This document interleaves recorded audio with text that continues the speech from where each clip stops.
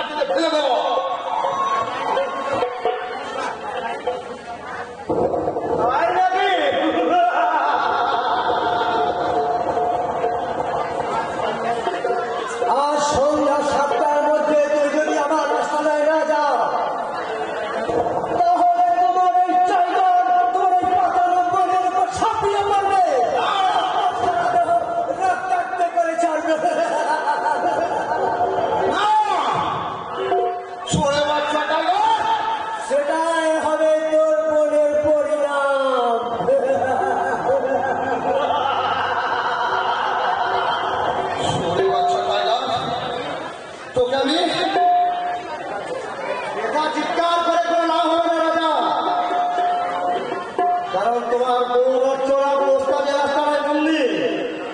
তুমি তো জানো তোমার আমার ওস্তাদের মনে কোনো দয়া নেই, মায়া নেই, মমতা নেই।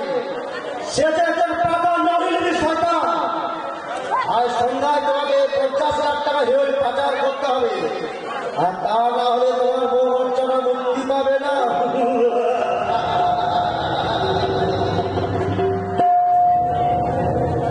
সারা টাকা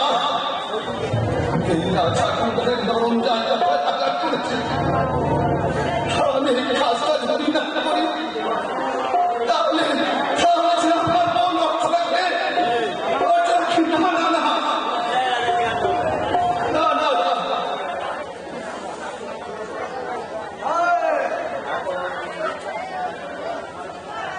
তার জন্য আমি তোমাকে সাহায্য করবো রাজা। তুমি? হ্যাঁ আমি, তবে একটা শর্ত। কি সে শর্ত? ওই শয়তানের জন্মকে চিরতরের জন্য পৃথিবী থেকে সরিয়ে দিতে হবে। না, এসে অসম্ভব। উজ্জ্বলের মতো একজন সৎ মানুষকে আমি খুন করে পারবো না। তাহলে তোমার বাঁচার কোনো উপায় নেই রাজা। তুমি যখন হিরোইন পাচার করবে তখন আমি থানায় ফোন করে খবরটা পুলিশকে জানিয়ে দেবো।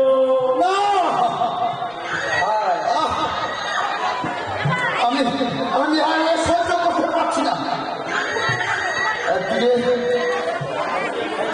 একদিকে আমার গুলি চোখ, একদিকে হিরোইন পাচার, আর অন্যদিকে উজ্জ্বলের জীবন। মনের চোখটাই আগে চলো গালে চড় মারলে রাজা। আর একটা কথা বললে আমি তোমার চিন্তাকে দেখছে তোমার সামনে থেকে চলে যাও। চড় মেরেছে তাতে আমি রাগ করিনি।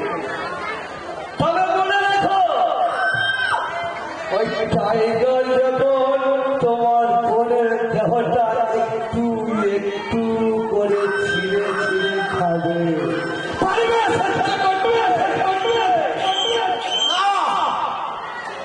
আমি সহ্য করতে পারবো না। কেন আমার সঙ্গে সঙ্গে আমি আমার মাকে হারিয়েছি, আমি আমার ভাইকে হারিয়েছি, আর বাবাও নিয়ে এই রাজা সে সমস্ত কিছু সহ্য করে তার মনটাকে সাবধান হওয়ার জন্য সে বলবা দিয়েছিল। তার এই অন্তরের কথা ছিল আমার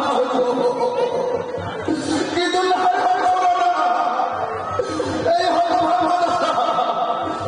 তোকে ওই টাইগারের পিছনে বন্ধু দেখে চুপ করে বসে তাহলে আমার প্রস্তাবে তুমি রাজি? হ্যাঁ হ্যাঁ আমি রাজি। রাজা বলল এই প্রথম একজন নিরীহ মানুষকে খুন করে কলঙ্কের গাথায় মারা কণ্ঠে ধারণ করে। এতদিন আমাকে সকলেই জানতো এই রাজা গুন্ডার ফলিয়ে লুট করে পূজার করে দিত ওই গরিব বিরানো মানুষের মধ্যে। কিন্তু না, আজ রাজা তার স্বাধীনতা থেকে বঞ্চিত। হ্যাঁ শুরু করো, আমি পরে তোমার সঙ্গে দেখা করবো।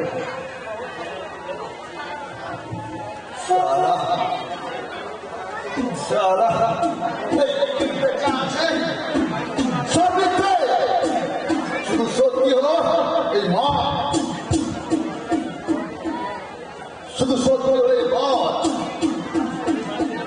মানুষ মানুষকে বিশ্বাস করে তারই বুকে বসায় তাকে বিষাক্ত ছুঁড়ে, কিন্তু এই মত পুলিয়ে বেইমানি করে না। দাদা এবার তুমি প্রস্তুত হও।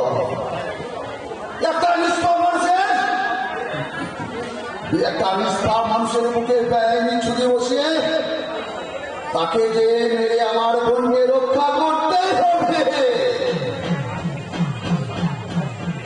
রক্ষা করতে।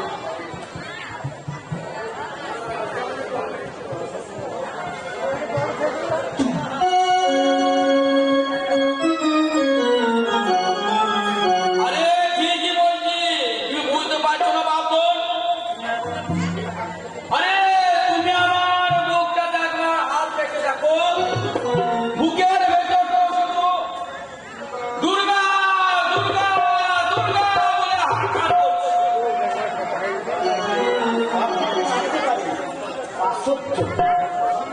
প্রশান্ত, আর একবার যদি কোনদিন আমার বোনের নামে ওই নোংরা কথাগুলো উচ্চারণ করে, তাহলে আমরা বিয়ের সাথে চিরজীবনের মতো মিটিয়ে দেবো। তাহলে আমার একটা পা না থাকলেও আমার এই শক্ত সবল হাত দুটো দিয়ে আপনার প্রতিটিটা আমি একবার শেষ করবো। আরে সে তো দেখাই গেল, ওই দিবেন্দু ছোড়াটার সঙ্গে বিয়ে দিয়ে আমার দুর্গার কি হবে দেখলে দুঃখ হয়। ছেলেটা জামা কাপড় পরে গায়ে গায়ে ঘুরে বেড়ায়। বাবা ওরা দুটো খেতে হয় না। ওই যদি আমার হাতে তুলে দিতে তুমি, তাহলে ওকে রাজধানী না সবে বসিয়ে রাখতাম।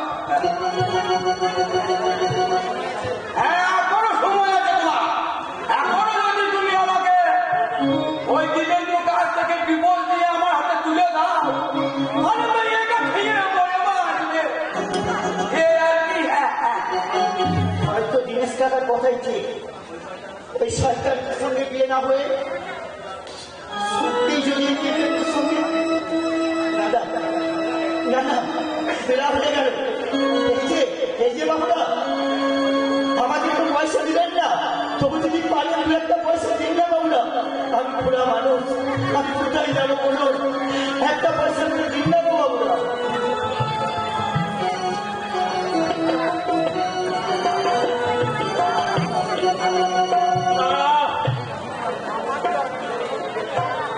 আমি নতুন জীবনের সন্ধানে মুক্ত বেঙ্গলের মতো দেশকে শান্ত করে বেড়াতে চাই।